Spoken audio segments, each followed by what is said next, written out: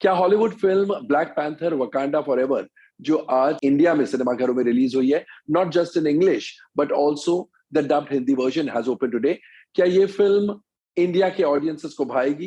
Hello friends, नमस्कार and welcome to Komal Nahta official. आप समझ ही गए होंगे, इस वीडियो में हम रिव्यू करेंगे ब्लैक पैंथर वकांडा फॉरएवर के हिंदी डब्ड वर्जन को। लेकिन सबसे पहले आपको याद दिला दूं, अगर आपने अभी तक हमारे चैनल को सब्सक्राइब ना किया हो तो इस वीडियो को देखने के तुरंत बाद जरूर कीजिएगा।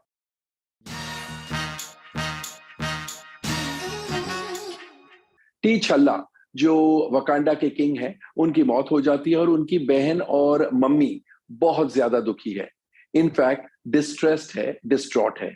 उनकी बहन शूरी, लेटिशिया राइट, वो सोचती है कि उनकी जान बच सकती थी with the heart shaped herb जो किलमॉन्गर ने खत्म कर दी थी।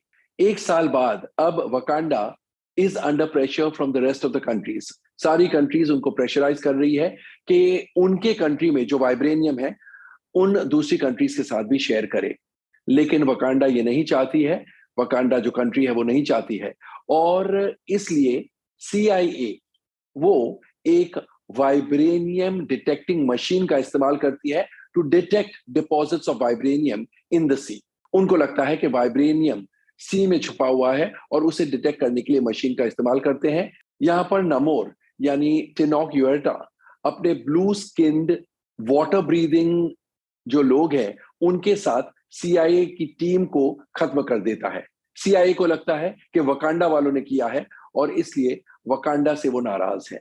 खैर, नमोर वकांडा की queen Ramonda played by Angela Bassett उन्हें और शूरी को अप्रोच करते हैं और ये कहते हैं कि जो वाइब्रेनियम डिटेक्टिंग मशीन जिसने बनाई है उसे हमारे हवाले कर दो, नहीं तो हम वकांडा पर वॉर डिक्लेयर कर देंगे। और वो साइंटिस्ट कौन है जिसने ये मशीन बनाई है? वो है MIT student Riri Williams played by Dominique Thorne. तो शूरी और Okoye played by Danai Gurira, ये दोनों रीरी से मिलने बॉस्टन जाते हैं और वहां पर नमोर के लोग शूरी और रीरी को नमोर को मिलाने के बहाने लेके जाते हैं। इससे क्वीन रमोंडा को इतना गुस्सा आता है कि वो ओकोए को अपनी पदवी से हटा देती है और नाकिया यानी लुपिटा न्योंगो को बुलाती है उस पदवी पर।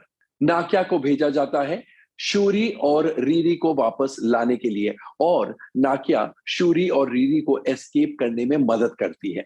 तो फिर गुस्से में आकर नमोर वकांडा पर वॉर शुरू कर देता है और उस वॉर में क्वीन रमोंडा की हत्या हो जाती है। अब शूरी सिंथेटिकली उस हार्ट शेप्ड हर्ब को बनाती है और उसे इंजेस्ट करती है और फिर वो ब्लैक पैंथर बन जाती है। और ऑफ कोर्स उसके बाद वो नमोर से बदला चाहती है। तो उसके बाद क्या होता है ये आप जब फिल्म देखेंगे तब आपको पता चलेगा। सारांश में ये कहानी है, बहुत लंबी कहानी और बहुत सारे लेयर्स है इस कहानी में। आइए सबसे पहले डाइसेक्ट करते हैं इस फिल्म के स्क्रिप्ट को। इस फिल्म की कहानी लिखी है रायन कुगलर ने, जो कि इस फिल्म के डायरेक्टर भी है, और स्क्रीन प्ले दो लोगों ने मिलकर लिखा है, रायन कुगलर एंड जो रॉबर्ट कोल। कहानी अच्छी है, बहुत मजेदार कहानी है, बहुत सारे ट्विस्ट एंड टर्न्स है और इसलिए शुरू से अंत तक ऑडियंस का इंटरेस्ट बना रहता है। इनफैक्ट ऑडियंस उस कहानी का हिस्सा बन जाती है। And the two screenplay writers have written a fast pace screenplay, बहुत तेजी से दौड़ता है, और क्योंकि इतने सारे ट्विस्ट एंड टर्न्स हैं, ऑडियंस का मन एक सेकंड के लिए भी नहीं भटकता है। और एक भी सीन स्क्रीन प्ले में ऐसा नहीं है कि आपको लगे ये बेकार का सीन है या ये जबरदस्ती डाला हुआ सीन है। कहने का मतलब है that the story and the screenplay are very beautifully written, very well written।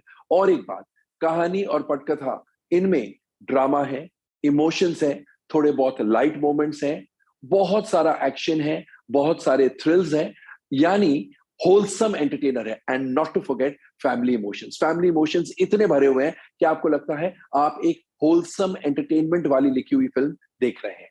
Dialogues अच्छे हैं। और अब परफॉर्मेंसेस की तरफ आते हैं। शूरी यानी प्रिंसेस ऑफ वकांडा की भूमिका में लेटिशिया राइट ने काम एक्स्ट्रा ऑर्डिनरी किया है। चाहे वो इमोशनल सीन्स हो, ड्रामेटिक सीन्स हो या नॉर्मल सीन्स हो, सारे सीन्स में वो इतनी खरी उतरती है कि आप उनके काम से बेहद खुश हो जाते हैं। Lupita Nyong'o in the role of Nakia is also very good, very effective. Danai Gurira is very effective as Okoye, and Queen Ramonda के रोल में Angela Bassett is first rate. Tenoch Huerta तो यूं मानो ही lives the role of नमोर।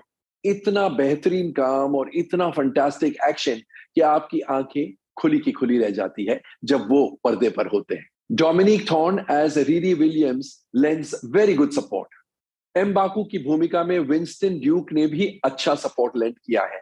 Similarly Martin Freeman as CIA agent Everett K Ross lends very good support and is endearing.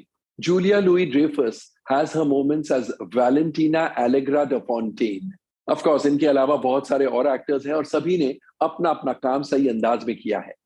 Actors के performances के बाद अब एक नजर डालेंगे डायरेक्शन और अन्य टेक्निकल एस्पेक्ट्स पर। रायन कुगलर के निर्देशन में ये फिल्म बनी है और कहना पड़ेगा कि उनका डायरेक्शन एक्स्ट्रा ऑर्डिनरी है।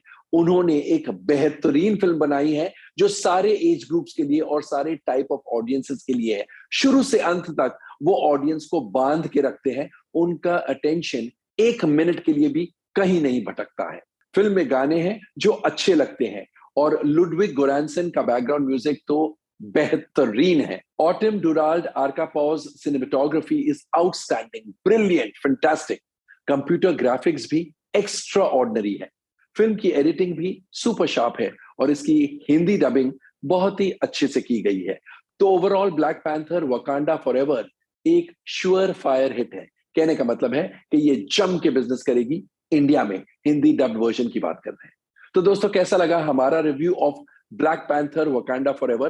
कमेंट सेक्शन में जाइए और अपने कमेंट जरूर पोस्ट कीजिएगा। और अगर आपने भी ये फिल्म देखी है, चाहे अंग्रेजी में या हिंदी डब वर्जन देखा है, तो हमें ये भी बताइएगा कि आपको फिल्म कैसी लगी।